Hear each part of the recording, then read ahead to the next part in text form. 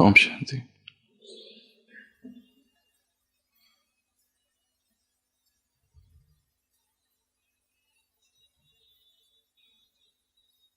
जो इस ज्ञान में नहीं है और जो लौकिक में है, उनको भी बाप दादा की मुबारक और दिल की दुआएं मिलती है। ऐसे वो कौन से बच्चे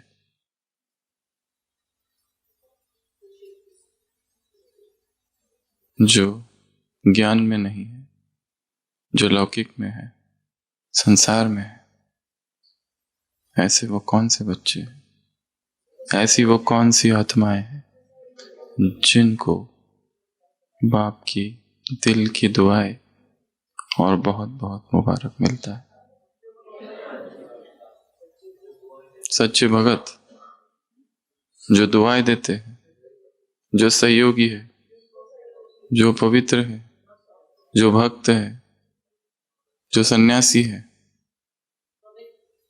और जो भावना से भक्ति करते हैं और जो सच्चे है और साफ दिल है और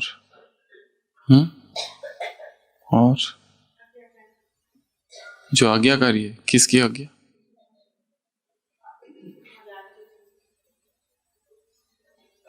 कल की अव्यक्त वाणी,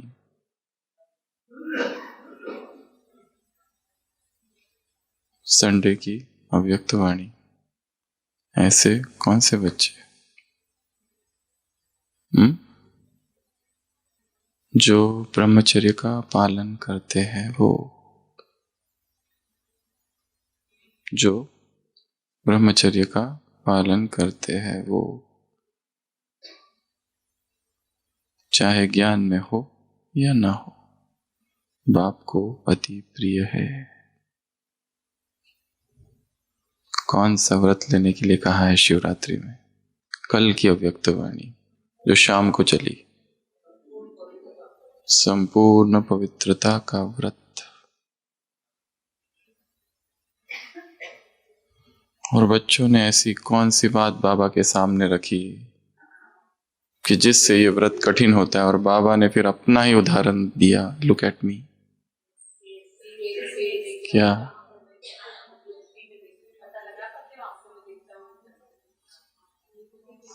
कहाँ देखना है? दोनों आंखों के बीच में, और आंखों में देखा तो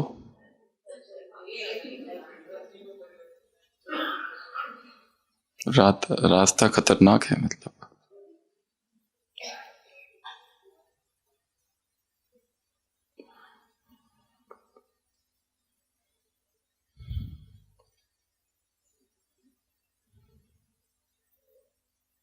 आज अचानक के इस क्लास में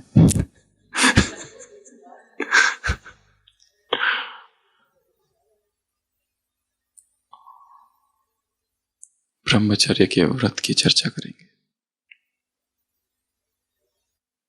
राजीमती अरिस्थनेमी से प्रेम करती है, चाहती है उसको, और अपना विवाह प्रस्ताव लेकर जाती है, परंतु अरिस्थनेमी वैराग से युक्त है। उसे संसार से कोई मोह नहीं, संसार की कोई चीज उसे अच्छी नहीं लगती। वो तो तैयार है राजपाट सब कुछ छोड़ छाड़ कर तप करने के लिए, और वो उस प्रस्ताव को ठुकरा देता है और चला जाता है। एक महान योगी, महान मुनि बनता है। जब उसका भाई चला जाता है, रथनेमी को तो प्रेम ही पहले से ही है राजीमती से, और राजीमती राजकुमारी है। वो अपनी दासी को राजमती के पास भेजता है और कहता है, जाकर उसके सामने मेरी महिमा गाओ। और राजीमती जाती है। राजीमती के पास रथनेमी की दासी आती है और बहुत महिमा गाती है, प्रभावित करने की कोशिश करती है। परंतु राजीमती स्वयं योगिनी है। उसका प्रेम जो अरिथनेमी के प्रति था, तो वो इसी कारण से था कि अरिथनेमी वैरागी है। और वो उसके साथ रहना चाहती थी, परंतु वो देखती है कि अरिथनेमी तो चला गया, परंतु उसका भाई ये क्या कर रहा है। इसलिए वो दासी के हाथ संदेशा भिजवाती है कि जाओ रथनेमी को कह दो कि रात को मेरे कमरे में आए और आते समय खीर लेके आए। रथनेमी बहुत प्रसन्न होता है, प्रपोजल एक्सेप्टेड, और वो जाता है। वो दोनों बैठते हैं, घंटों बातें करते हैं। उसके बाद में राजीमती कहती है, तुम क्या लेके आए हो, मुझे नहीं खिलाओगे। वो उसे खीर देता है। राजीमती वो खीर लेती है, मुंह में डालती है और थूक देती है, और वो खीर का पात्र रथनेमी को देती है, कहती है खाओ। वो कहता है, ये क्या कर रही हो तुम, मेरे जैसे सज्जन नोबल आर्यन व्यक्ति को तुम उल्टी की हुई खीर दे रही हो। वो कहती, तुम मुझसे प्रेम करते हो ना। वो कहते, हाँ, पर उसका इससे क्या संबंध, तो तुम्हें मेरी हर चीज स्वीकार करनी चाहिए। वो कहता है, क्रोध में आ जाता है, ये कहता है मेरा अपमान है ये। राजीमती कहती है,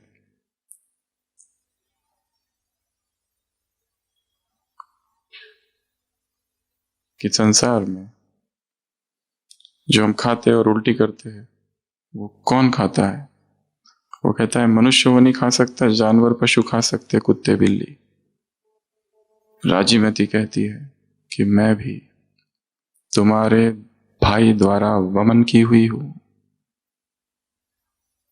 तुम मुझे कैसे स्वीकार कर सकते हो, तुम ये सोच भी कैसे सकते हो, कैसे विवाह प्रस्ताव भेज सकते हो। इतनी बात सुनता है रथनेमी और वैराग जागता है और चला जाता है, सब छोड़ के। पार्ट 1। पार्ट 2। एक गुफा में बैठकर रथनेमी तपश्चर्या कर रहा है।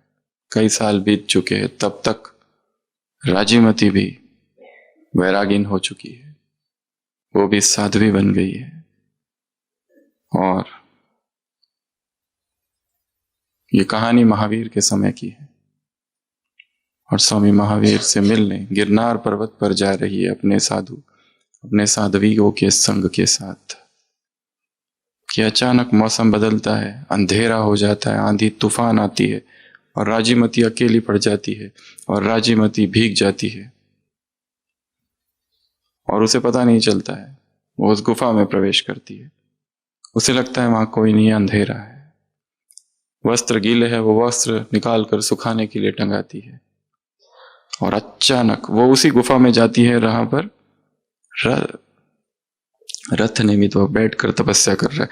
रथनेमी को पता नहीं है वहां कौन है, कि अचानक बिजली कड़कती है और बिजली के प्रकाश में एक सेकंड के लिए उसकी देह पर दृष्टि पड़ती है और वो पहचानता है, प्यार तो उसको पहले से है ही, था ही, परंतु अब दोनों ही तपस्वी है। शरीर पर दृष्टि पड़ी है, बिजली बाहर कड़की या हृदय में। अचानक राजीमती भी देखती है, वो अपने वस्त्र ले लेती है। रथनेमी कहता है,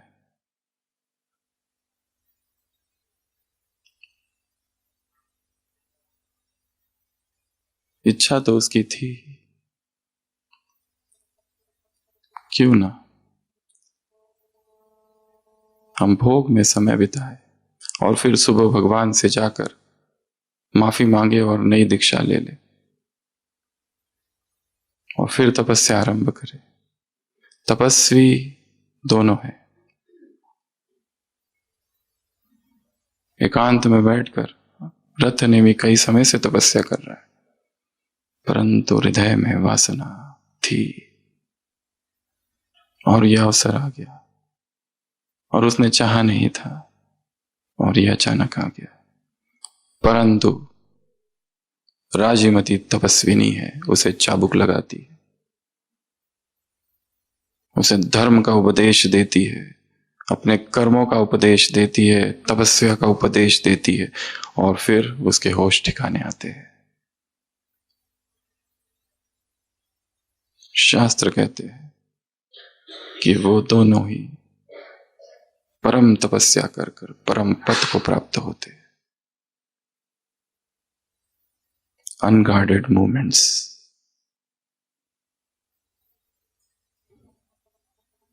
ब्रह्मचर्य का मार्ग कठिन मार्ग है। ब्रह्मचर्य का तप महाव्रत है, महातप है, सबसे कठिन।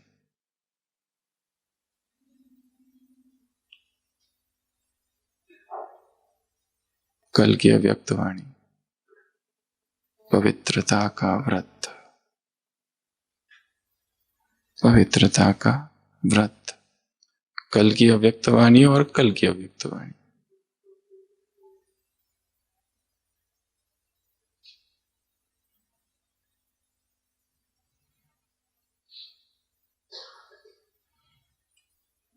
पवित्रता महाव्रत है,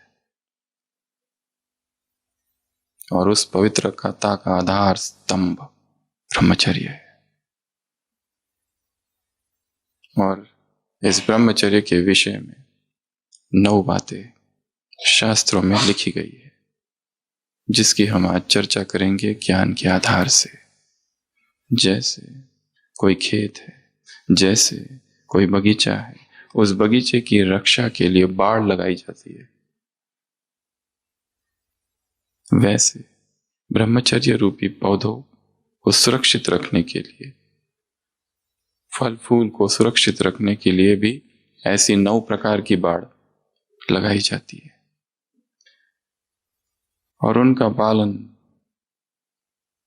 मन से, संकल्प से, वाणी से और काया से हर समय करना एक योगी के लिए नितांत आवश्यक है। यदि अध्यात्म में उन्नति चाहते हैं और यदि ब्रह्मचर्य में दोष है तो उन्नति नहीं हो सकती। जैसे कोई ऑपरेशन थिएटर है, उसमें स्टेरिलाइजेशन कितना चाहिए होता है? 100%। 100%। थोड़ा सा भी ये नहीं कह सकते कि ये थोड़ा सा कॉटन स्वैब नीचे गिर गया था, वही उठा के लेके आ गए। ये कैंची थोड़ी सी नीचे गिर गई थी, थोड़ा साफ कर लेते हैं, अब प्रयोग करो। CSSD डिपार्टमेंट होता है पूरा, स्टेरिलाइजेशन डिपार्टमेंट, सारे इक्विपमेंट स्टेरिलाइज्ड होकर ओटी में प्रवेश होते हैं। सर्जन खोलता है उसको, नर्स खोलती है वहां पर। Absolute 100% sterilisation. उसी तरह अध्यात्म में भी 100% प्यूरिटी, 100% ब्रह्मचर्य की आवश्यकता है।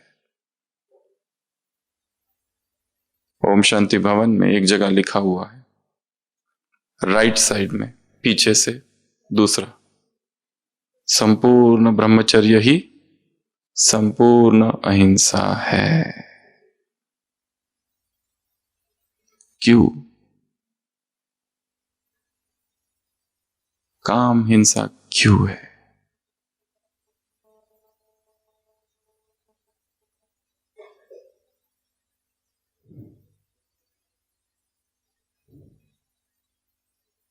बहुत बड़ा प्रश्न है और बहुत गहरा प्रश्न है। काम हिंसा क्यों है, उसकी चर्चा हम करेंगे। पहले द 9 बैरियर्स।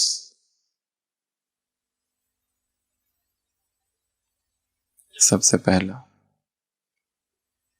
ये नियम उनके लिए है जो तपस्वी है, जो योगी है, जो मुनि है, जो साधु है, जो अध्यात्म में आगे बढ़ना चाहते हैं और तेजी से बढ़ना चाहते हैं, और कहीं ना कहीं अब्रह्मचर्य ने उन्हें रोक रखा है।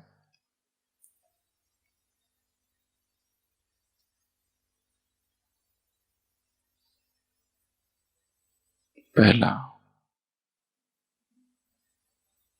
ये लिखे तो गए हैं पुरुषों की दृष्टिकोण से, पर स्त्रियों के लिए भी उतने ही लागू है। पहला, स्त्री कथा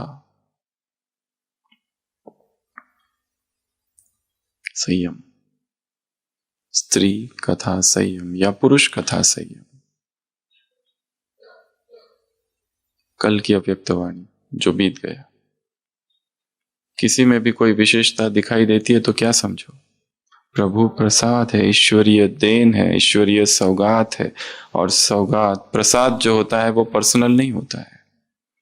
किसी में भी कोई भी गुण, ज्ञान, शक्तियां, कोई बोलता अच्छा है, कोई गाता अच्छा है, कोई कर्म अच्छा करता है, सेवा अच्छी करता है, किसी में कोई विशिष्ट गुण है, कला है, उससे प्रभावित होना और उसमें फंसना, उसकी कथा में रमन करना, वो अच्छा लगने लगना घातक है। आकर्षण उत्पन्न होगा। कुमारों के लिए उस दिन भी सुनाया था 3 नियम है। पहला, एकांत से बचना, दूसरा अंधेरे से बचना, और तीसरा अति परिचय से बचना, फैमिलियरिटी। ये तीनों ही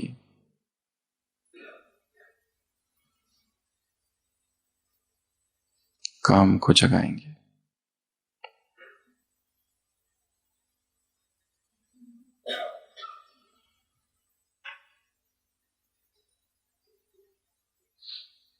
तो पहला, स्त्री कथा या पुरुष कथा संयम, किसी की महिमा सुनना, उससे प्रभावित होना या उसमें रस लेना, नृत्य देखना, गायन, किसी का गान बहुत अच्छा है उससे भी प्रभावित होते। प्रभावित होने की पहली सीढ़ी शरीर नहीं होता है, कोई गुण हो सकता है, कोई शक्ति हो सकती है, कोई विशिष्ट, उसमें कोई स्किल, कोई हुनर है, वो प्रभावित करता है। और धीरे धीरे बाकी के आकर्षण चालू होते हैं।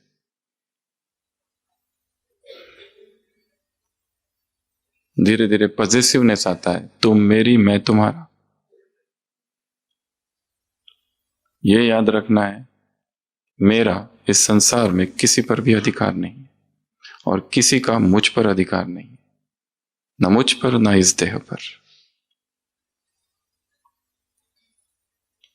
ये पहली बाढ़। दूसरी,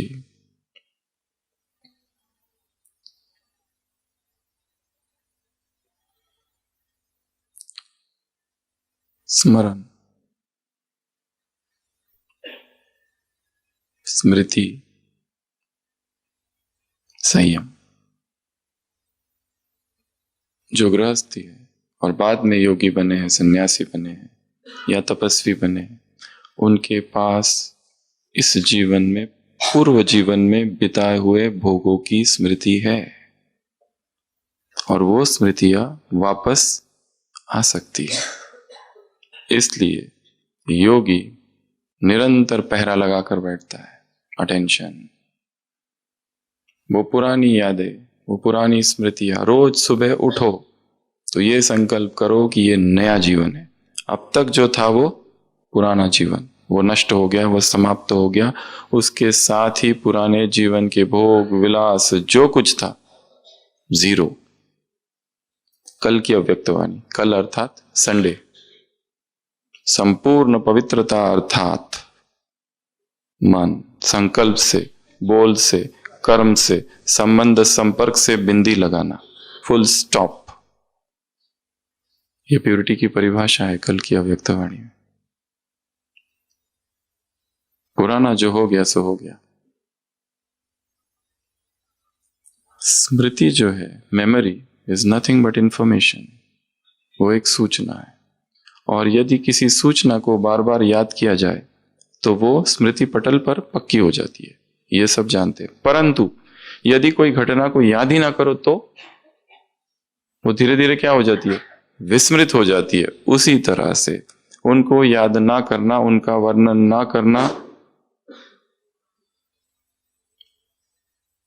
ऐसे सारे ट्रिगर्स, ऐसी सारी उत्तेजनाएं जो उन स्मृतियों की तरफ हमें ले जाए, उन सब को हटा दो। वो सारी वस्तुएं, वो सारे कपड़े, वस्तु जो कुछ है, जो पुराने भोग विलास की स्मृति दिलाते हैं, उन सबको क्या करना है? निकाल दो। Out of site is out of mind. आंखों के सामने ही चीज नहीं रहेगी तो याद कहां से आएगी? अगर आंखों के सामने कंटिन्यूअस है तो याद आती रहेगी। और ये मार्ग तो संपूर्ण पवित्रता का मार्ग है। इस जीवन से ही नहीं, जन्म जन्म आत्मा विकर्मों में रही या पवित्र जीवन में रही है।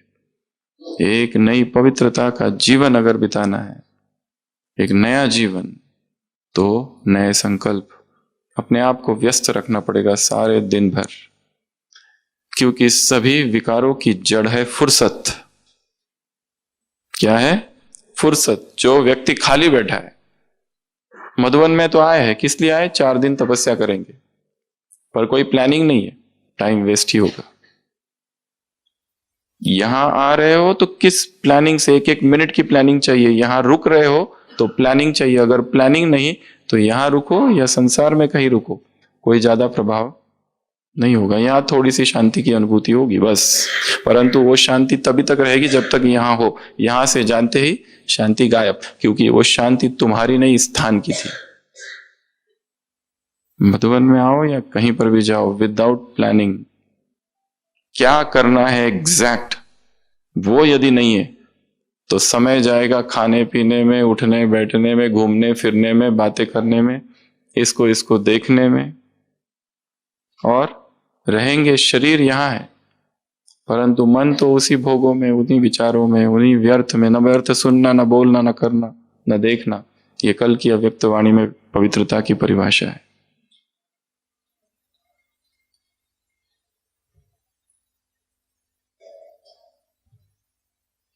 तो दूसरा, पुराने भोग की स्मृति, मेमोरीज ऑफ पास्ट इंडल्जेंसेस, ये फेड होती जाए। कैसे होगी? Do not repeat, do not recall. Recall करते ही, रिवीजन करते ही पक्का होता है। इसके लिए रिवाइज करना बंद। दूसरी चीजों में मन को डाइवर्ट करो। वो विचार आएंगे, आ रहे हैं, जाते हुए देखना है उनको। रथ नेमी कितने समय से तपस्या कर रहा है, परंतु पुरानी वासना गई नहीं, अचानक से जाग उठी।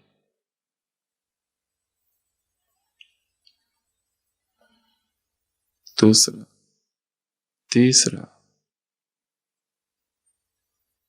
श्रवण, श्रुति, संयम, ऐसे ऐसे गीत, ऐसी ऐसी आवाजें सुनना, अंदर के विकारों को जगाएगी। इसलिए हम क्या सुनते हैं, किस तरह से सुनते हैं, वो सुनने में फोन पर हो रही बातें भी आ जाती है। कॉल्स, चैट, वीडियो चैट, क्या सुना जा रहा है? सुनकर यदि खुशी हो रही है बहुत, और प्रभावित हो रहे हैं, जिसे हम प्रेम करते हैं, जिसके प्रति हम आसक्त है, उसकी कोई स्तुति करता है तो ज्यादा खुशी होती है। परंतु उसकी कोई बदनामी करता है, उसके खिलाफ बोलता है तो क्रोध आता है। कल कहा ना, अभिमान, अपमान, अभिमान, तो क्रोध आएगा। बॉडी कॉन्शियस का मैं, ये बलि चढ़ाओ। क्या सुना जा रहा है? और सुनने के लिए हमारे पास बहुत सारी चीजें है, क्लासेस है, गीत है, प्रकृति की आवाज। सबसे अच्छी आवाज जो है, सबसे अच्छा जो म्यूजिक है, अगर देखा जाए 3 ग्रुप है। सबसे पहले मनुष्य का निर्मित किया हुआ संगीत, बहुत सुंदर है। उसके ऊपर है प्रकृति का संगीत, और उसके भी ऊपर है आत्मा से ही अनहद नाद, आत्मा का ही संगीत। जो अंदर का संगीत सुन लेता है, उसे तो प्रकृति का भी संगीत सुनने की आवश्यकता नहीं, वो उससे भी पार निकल जाता है। योगियों को दिखा है कहाँ बैठकर तपस्या करते थे, गुफाओं के अंदर। वहां कौन सी आवाज थी? कुछ नहीं। बर्फ, हिमालय में कोई आवाज ही नहीं है, क्योंकि जिसने अंतर्नाद सुन लिया वो उसी में रमन करता है, आनंद का अनुभव करता है। उसे बाहर के किसी गीत संगीत की आवश्यकता ही नहीं। कई बार मुरलियों में भी आता है, दोनों बातें आती है वैसे तो। उदास हो जाओ तो अच्छे अच्छे गीत रखने चाहिए, रिकॉर्ड रखो। और कभी कहते हैं गीत कविता संगीत से तुम्हारा कोई लेना देना नहीं है, तुम्हें तो आवाज से परे जाना है। वो भी सत्य है, ये भी सत्य है। नीचे निचली अवस्थाओं में वो सत्य है। एकदम डिप्रेशन में जा रहे, उदासी आ रही है, तो कोई गीत सुनो और अपने आप को ऊपर लाओ, उमंग उत्साह उत्साह हो। परंतु ऑलरेडी स्थिति बहुत आगे निकल गई है, तो वहां इन सब के प्रति रुचि कम होने लगती है। आवाज ज्यादा पसंद नहीं आता है। बाबा ने तो घड़ी भी निकाल दी थी, ब्रह्मा बाबा ने, पिछले 6 मास। कुटिया में जो घड़ी है वो टिक टिक की आवाज आती थी उससे। तो योगी निशब्द के जगत में प्रवेश करता है, निस्तब्धता जहां है, मौन है, एकांत है। तो तीसरा श्रुति संयम, उसके बाद में संस्पर्श संयम। स्पर्श, ये स्पर्श बहुत घातक है।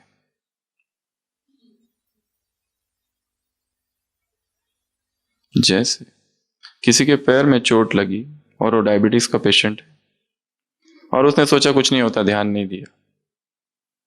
धीरे धीरे क्या होता है, वो घाव बढ़ते जाता है, नासूर बन जाता है, गैंग्रीन बन जाता है, पैर काटना पड़ता है, विषाक्त हो जाता है। उसी तरह स्त्री और पुरुष का संस्पर्श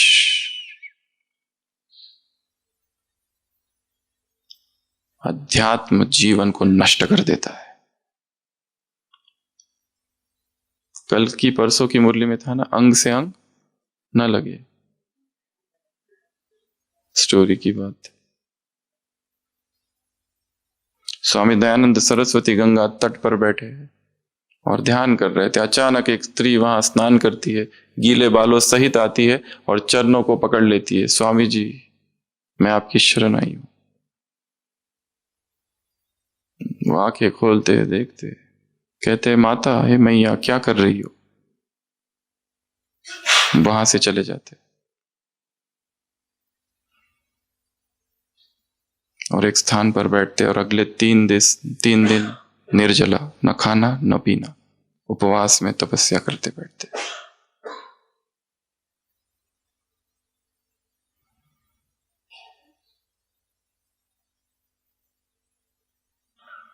संस्पर्श, टच।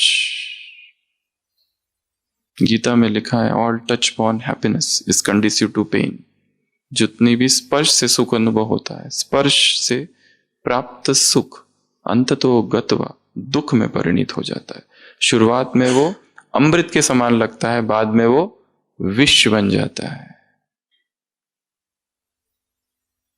इसलिए एक है मां का स्पर्श, वो कैसा होता है, कितना शुद्ध होता है, कितना पवित्र होता है।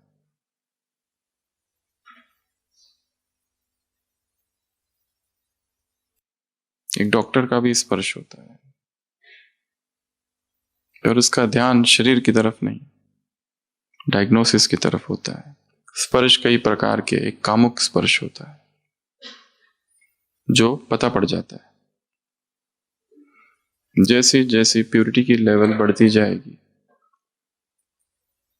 दृष्टि का स्पर्श भी पता चलने लगेगा।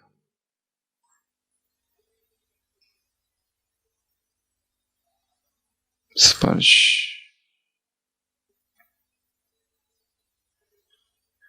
उसके बाद में दृष्टि संयम, देखना। उसके बाद में दृष्टि संयम। उसके लिए बाबा ने क्या कहा, कहां देखो, यहां एक बॉक्स बनाओ, रेक्टेंगल, थोड़ी स्पेस ज्यादा रखो। इतना रखोगे तो मुश्किल है, दिखेगा नहीं शायद। इतने हिस्से से इतना तो आउट हो गया, अब बचा कितना, इतना। इसमें देखो कुछ आत्मा कहीं ना कहीं दिख जाए। और किसी किसी का एरिया ज्यादा होता है, ऊपर का भी होता है। तो more space, the more the merrier.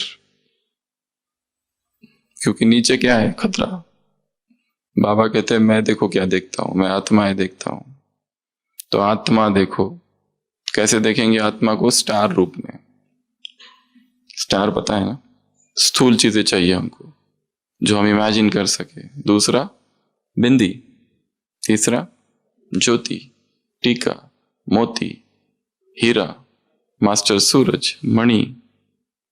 सूरज कठिन है थोड़ा, पर देख सकते, देखना है तो। चंद्रमा, मणि देखो, ज्योति देखो, स्टार देखो, बीज देखो, बिंदी देखो, बिंदिया देखो, पॉइंट देखो, डॉट देखो, ज्वाला, ज्योति जल रही है और प्रकाश फैल रहा है। ज्योतियों की सभा है, ज्योतियां ही ज्योतियां है सब जगह। ये ज्योतियों का संसार है, ज्योति का आगार है। ये संकल्प जिससे भी मिल रहे हैं वो कौन है? A set of संस्कार्स। एक संस्कार का पुंज है, एक ज्योति का पुंज है। पुंज।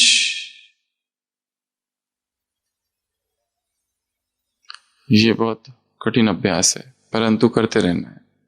और अभ्यास अर्थात स्किल, प्रैक्टिस चाहिए उसकी। बिना प्रैक्टिस के ये काम नहीं होगा, क्योंकि हमारी आंखें आंखों को देखना चाहती है।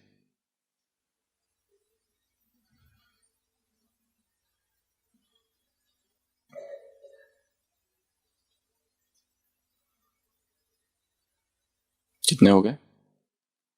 5।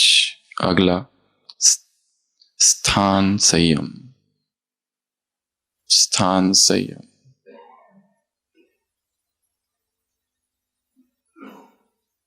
किस स्थान पर योगी रहे? ऐसे स्थान पर रहे जो शांत हो, कोलाहल रहित हो, जहां के प्रकंपन बहुत शुद्ध हो, वायुमंडल बहुत शुद्ध हो। बाबा ने जगदीश भाई जी से कभी कहा था दिल्ली सेंटर के लिए कि सेंटर कहाँ हो? ऐसी जगह हो जहां पर दीवार विकारों की दीवारों से टच ना हो, विकारों के की जेब से एक पैसा भी खर्च ना हो सेंटर की निर्माण में। और तीसरा दिल्ली यूनिवर्सिटी के सामने हो। ये 3 बातें कही थी। आइडियल तो ऐसा प्लेस मिलना कठिन है वर्तमान समय की, जो प्रकृति के समीप हो, शुद्ध वायुमंडल हो, वहां पर कोलाहल रहित हो, शांत हो, अध्यात्म की तरंगे हो वहां पर। परंतु हम मास्टर सर्वशक्तिवान है, कल की अव्यक्तवाणी, आने वाले कल की। हम किसी भी स्थान को अपने संकल्प से पावन बना सकते हैं वहां रहकर। अगर मिल जाए ऐसा स्थान पहले ही तो बहुत अच्छा, परंतु यदि नहीं है तो हम किसी भी स्थान को पावन बना सकते हैं अपने संकल्पों से, अपने प्रेजेंस से, अपने एग्जिस्टेंस से, अस्तित्व से। कोई भी स्थान शुद्ध हो सकता है। इसलिए आपने देखा होगा कोई कोई स्थान होते हैं बहुत स्ट्रांग वाइब्रेशंस होते हैं वहां पर, बहुत स्ट्रांग, एकदम पता चलता है स्थान में कुछ है।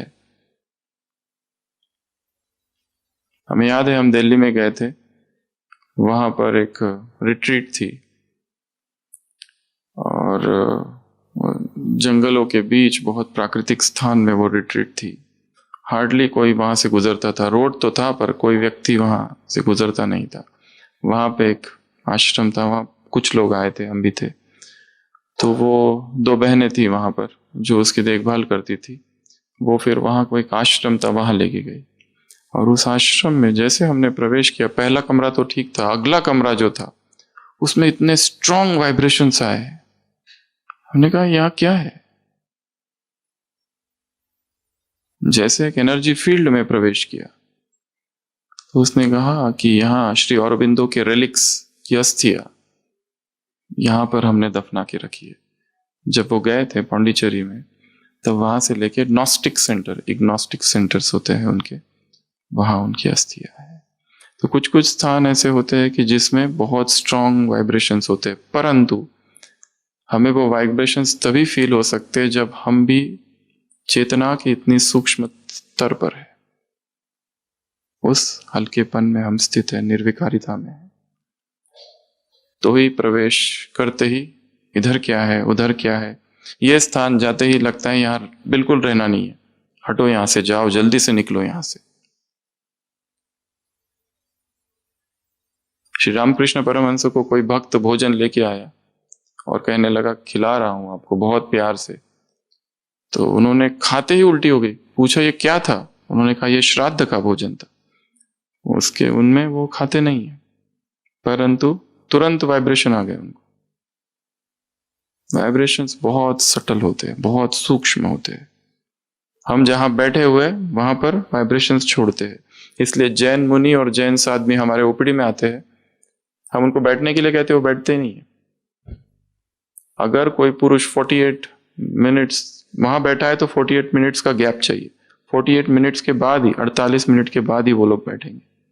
जैन मुनि भी और जैन साध्वी भी, दोनों वो परमाणु छोड़ते। इतना ज्यादा ब्रह्मचर्य का महत्व है दूसरे सभी धर्मों में भी, बौद्ध धर्म में, जैन धर्म, क्रिश्चियनिटी, कोई भी धर्म ले लो, हिंदुइज्म ले लो। स्वामी राम तीर्थ ने पूरी की पूरी बस, वो पूरा इतना बड़ा वो ट्रक था, बस था, उसको रोक दिया किससे? ब्रह्मचर्य की शक्ति से।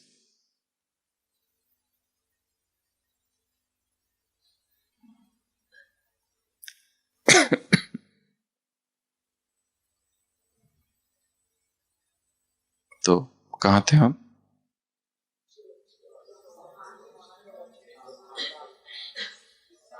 स्थान। योगियों को उन स्थानों पर, स्त्री को या पुरुष को, उन स्थानों पर नहीं रहना चाहिए, ऐसा कहा गया है जहां बहुत स्त्रियां हैं या जहां बहुत पुरुष है। एक। दूसरा पशु, और तीसरा नपुंसक। जो नपुंसक होते हैं उनमें काम वासना बहुत अधिक होती है, बहुत ज्यादा। Neutral genders. इसलिए योगियों को मना है जो नपुंसक होते उनके स्थानों पर रहने के लिए। पशुओं में मोह हो जाता है, आकर्षण हो जाता है, प्यार हो जाता है। पेट किड्स, पेट एनिमल्स। जड़ भरत की कहानी है भागवत में। सारा राजपाट छोड़कर राजा भरत तपस्या करता है, परंतु अंत में देखता है एक दिन एक हिरनी है, उसने बच्चे को जन्म दिया, हिरनी मर गई, बेचारा छोटा सा बच्चा, कौन देखेगा?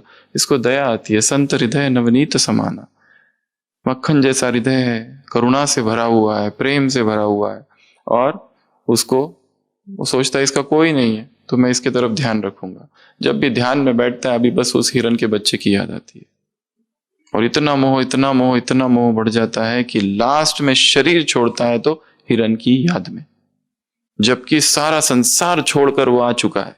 राजपाट छोड़ दिया, पत्नी को छोड़ दिया, बच्चों को छोड़ दिया, परंतु उसकी मृत्यु मोहग्रस्त स्थिति में हुई। इसलिए अगले जन्म में दिखाया है वो जड़ भरत के नाम से जन्म लेता है, बिल्कुल प्रभावित नहीं होता है। कोई वो दूसरी कहानी है लंबी, जड़ भरत की कहानी पढ़ सकते हैं भागवत की। अप्रभावित कोई चीज, क्योंकि उसने एक गलती पहले कर दी थी। I don't want to repeat the same, फिर से मुझे वो गलती रिपीट नहीं करनी है। इसलिए स्थान का बहुत महत्व है, किस स्थान पर हम रहते हैं, किस तरह के प्रकंपन है। और वर्तमान तो हम देखते हैं सब लोग जो रहते हैं भीड़ भाड़ में रहते हैं, मेट्रो सिटीज के बीच में रहते हैं, सबको आइडियल प्लेस आबू में, आबू जैसी जगह संसार में कहीं नहीं है।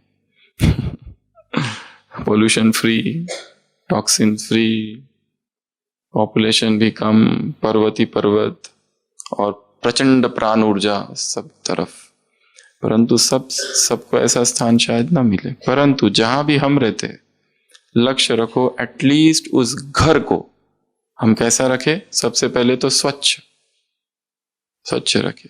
जो भी पुरानी चीजें, पुरानी वस्तुएं 6 मास में जिनका प्रयोग नहीं किया उनको हटाते जाओ। जैसे कहते हैं ना, एप्स कई सारे डाउनलोड करके रखते हैं मोबाइल में, यूज करते नहीं यूज कर रहे हो, अनइंस्टॉल।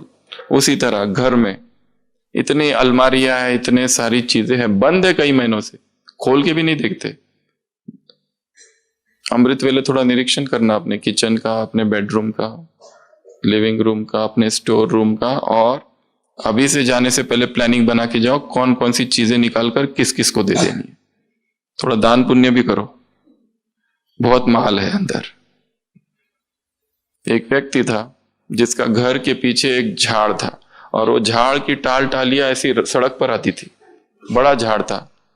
तो जो सड़क के लोग वहां से व्हीकल जाती थी, वो उससे कहते थे कि रिक्वेस्ट करते थे कि इसको हटाओ। वो कहता नहीं हटाऊंगा, बिल्कुल नहीं हटाऊंगा। उसके मुझे कई सालों के बाद ये जो झाड़ है, इसके जो ट्रंक है, इससे मुझे बहुत पैसे मिलेंगे। मैं रुकूंगा, 10 साल रुकना पड़े, 20 साल रुकना पड़े, मुझे ढेर पैसे मिलेंगे, ये झाड़ को और बड़ा होने दो। पर लोग कहते थे कि हमें दिक्कत हो रही है, हमारी गाड़ियां निकलती नहीं वहां से। वो कहते वो सब मुझे नहीं पता, झाड़ मेरा है, मेरे घर से निकला हुआ है, मैं नहीं हटाऊंगा। वो नहीं हटाता है। 20 साल गुजर जाते हैं और कोई कारण से उसकी मृत्यु हो जाती है। उसके घर वाले उसी झाड़ को काट कर जलाने के लिए यूज करते। एट लास्ट यूज तो हुआ। तो हमारे पास भी ढेर वस्तुएं हैं अभी। एक बार अपने शू रैक को एनालाइज करो, कितनी जूते और सैंडल और चप्पल उसमें है। थोड़ा अपना साड़ियां कितनी है देख लो, बहुत माल है। क्या कर दो उनको, दे दो। अपरिग्रह, स्टोर नहीं करना है बहुत चीजों को।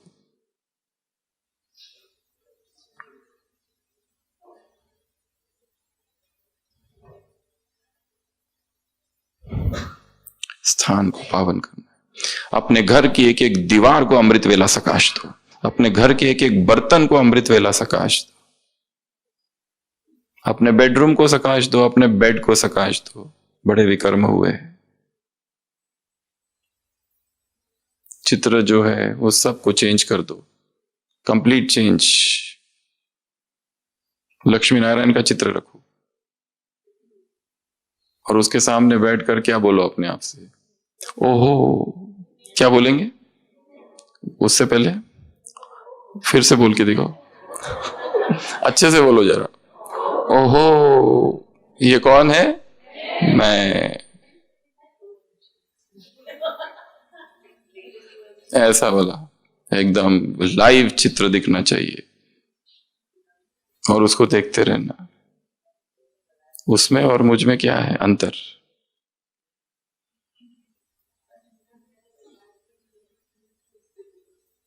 वो कितना हेल्दी, न दवाइया, न बीपी, न शुगर,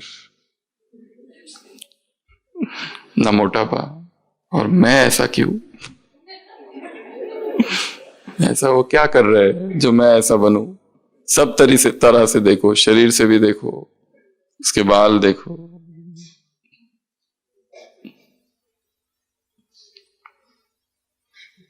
बाबा कहेगा ठीक है जाओ, तुमको परमिशन है लक्ष्मी से वरने की। लक्ष्मी कहेंगी नो,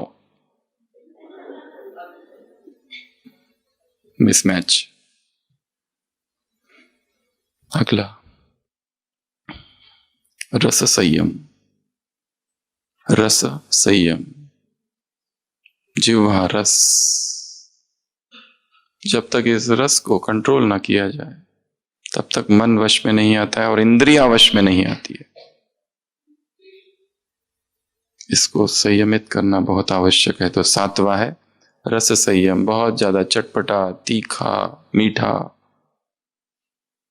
योगी तो धीरे धीरे इन सब से पार निकल जाता है।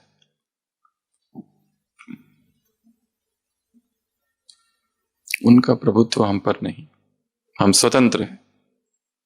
वो हमें गुलाम नहीं बना सकते। छटोरापन, खाऊं खाऊं, पेट में भलाऊं, दिन रात भोजन की चिंता, चिंतन, क्या खाना है, क्या खाना है, क्या खाना है। दिन रात चरते रहते हैं, फिर भी पेट तो भरता ही नहीं। वैसे भी द्वापर से अब तक किसका पेट भरा है? पेट का तो स्वभाव ही अतृप्ति। कितना भी दो उसको, दोपहर में फिर ठक ठक ठक, थोड़ा खा लो फिर ठक ठक ठक। कितना भी खिलाओ कभी पेट नहीं भरता उसका।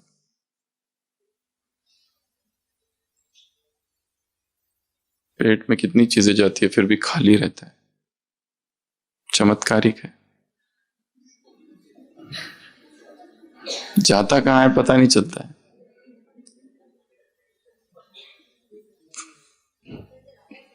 पेट में सब जाता है पर पेट अंदर नहीं जाता।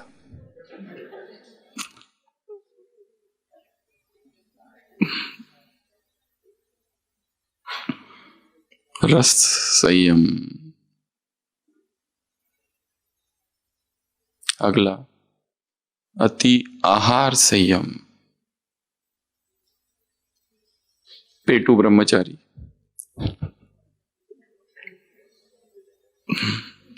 लाचारी ब्रह्मचारी। अति आहार ठूस ठूस के खाना। पेट प्लास्टिक बैग की तरह है, वो फैलता है और सारी ऊर्जा वहां जाती है।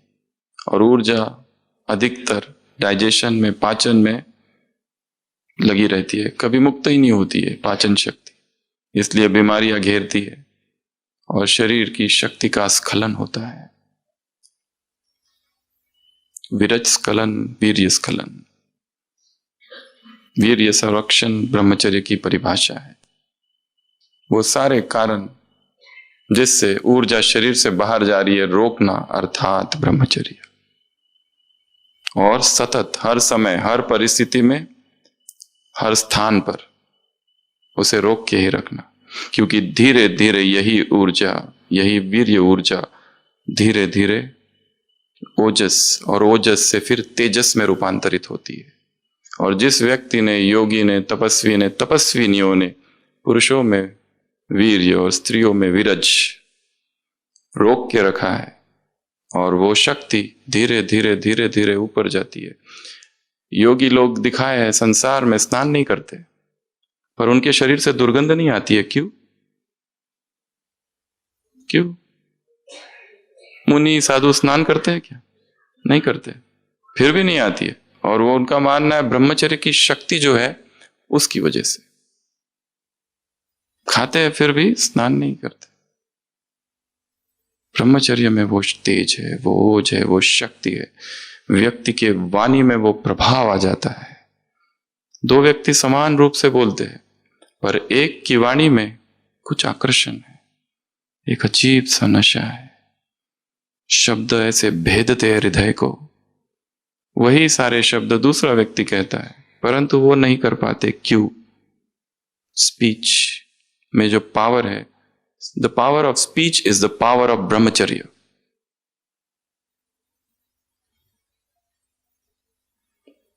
तो अति भोजन का त्याग, कम से कम, जितना हो सके कम।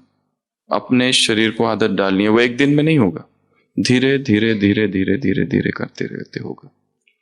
और अंतिम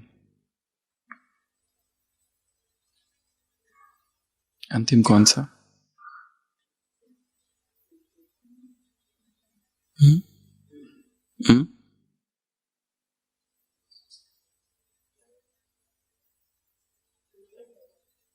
सोचो और क्या हो सकता है? संग। और हो गया वो। और वर्तमान समय इसे लिया जा सकता है डिजिटल ब्रह्मचर्य। ज्ञान अपडेट होते जाना चाहिए, वही पुराना पकड़ के नहीं बैठना है। उसकी नए नए तरीके। वर्तमान समय डिजिटल जो है वो बहुत बड़ी माया है, परंतु जो शास्त्रों में अंतिम जो लिखा है 9वां, वो लिखा है शरीर विभूषा संयम। शरीर को श्रृंगार करना।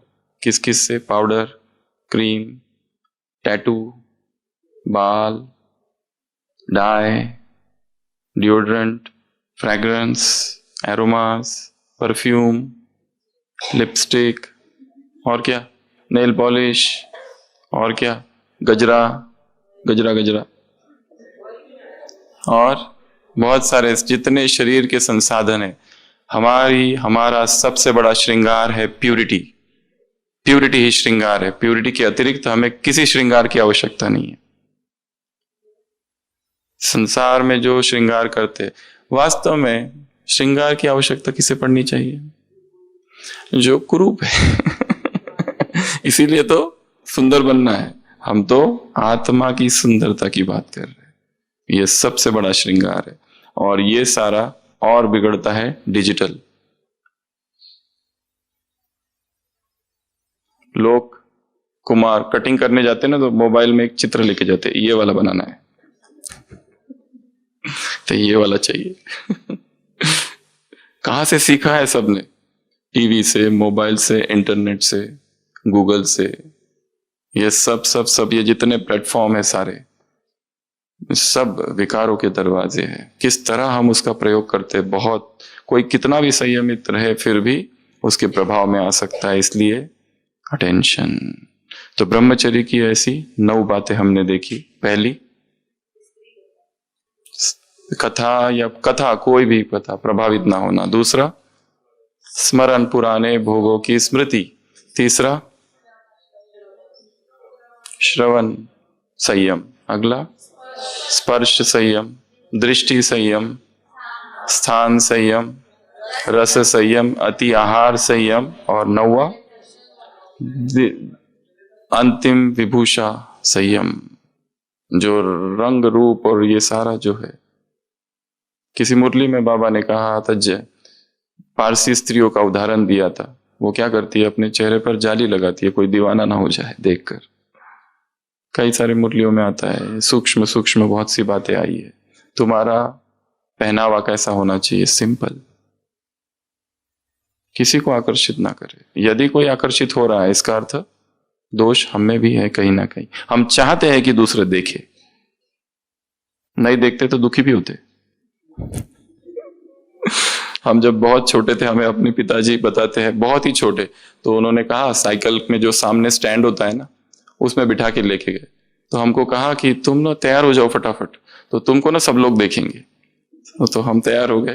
तो मम्मी ने तैयार किया और चोटी भी बनाई पीछे, और वो साइकिल के स्टैंड में घुमा के लेके आए। तो फिर हमने पूछा, मेरे तरफ तो किसने देखा ही नहीं। ये कहानी हमको बचपन से सुनाते हैं कि ऐसा हुआ था। अच्छा, हम शांति।